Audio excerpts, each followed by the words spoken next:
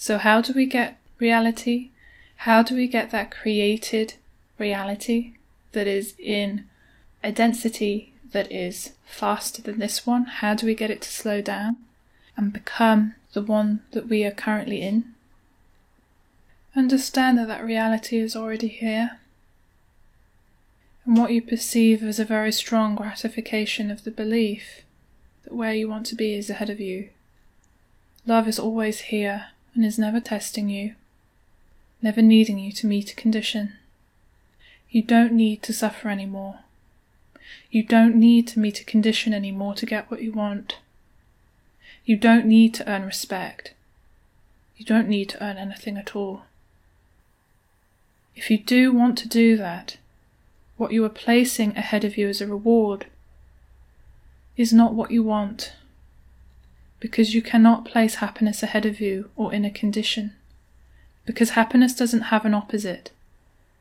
And for you to put happiness ahead of you or in a condition requires where you are to be its opposite, to be lacking or unhappy. What you will experience is relief from your own suffering. You needn't suffer, and you needn't experience the guaranteed relief from it. If you took both those away, you would take away the world of deservability, a thought paradigm this planet is currently founded upon. Everything you consider normal, everything you consider guaranteed and grounded, it is gratification of your belief.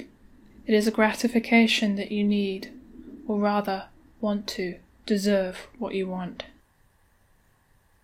When you no longer want to deserve what you want, when you want a universe that doesn't measure yourself or anyone else, when you want a universe that is founded upon peace, that is founded upon true happiness which you can create off of, and desire and manifest, and experience that contrast of your desire and keep creating again and again and again, without having to halve yourself to seek a whole, an imaginary whole. Do you want a reality that doesn't recognize wholeness? For wholeness requires you to be half. That doesn't recognize innocence, for it requires you or your brethren to be guilty. That doesn't recognize worth, for it requires your brethren to be unworthy. That doesn't recognize good, for it requires something else to be bad, to give the good reality. Is when you want a universe that is beyond all of these definitions, that is beyond the seeking of reward, that is founded upon the true happiness that you have placed in death.